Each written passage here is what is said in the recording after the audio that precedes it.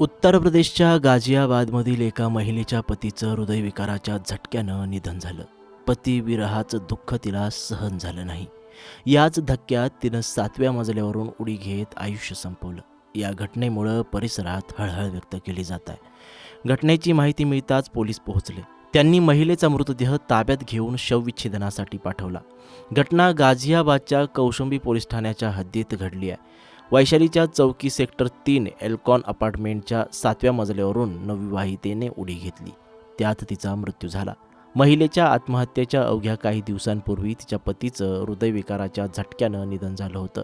अवघ्या काही तासांमध्ये कुटुंबातील 2 सदस्य अकाली गेल्यानं घरात आक्रोश झाला. महिलेचा विवाह 3 महिन्यांपूर्वी झाला होता. महिला तिच्या पतीसह दिल्लीतील प्राणी संग्रहालयात फिरण्यास गेली होती. तेव्हा तिच्या पतीच्या छातीत अचानक वेदना सुरू झाल्या. याची माहिती कुटुंबियांना देण्यात आली. कुटुंबातील सदस्यांनी त्याला रुग्णालयात नेलं, पण तोपर्यंत उशीर झाला होता. डॉक्टरांनी त्याला मृत घोषित केलं.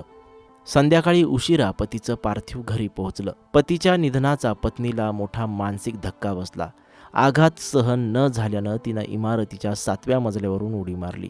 जखमी अवस्थेत तिला जवळच्या मॅक्स रुग्णालयात नेण्यात आलं.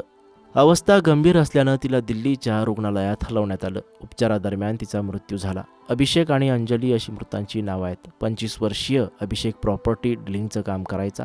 तो गाझियाबादच्या वैशाली परिसरात वास्तव्यास होता, तर अंजली मूळची दिल्लीच्या करावलीची रहिवासी होती. गेल्या वर्षी 30 नोव्हेंबरला त्यांचा विवाह झाला होता. 26 फेब्रुवारीला दोघे दिल्लीतील प्राणी संग्रहालयात गेले होते. त्यावेळी तिथे अभिषेकला हृदयविकाराचा झटका आला. अभिषेकचं पार्थिव घरी आणल्यानंतर पत्नी अंजलीनं 7व्या मजल्यावरून उडी घेत आयुष्य संपवलं.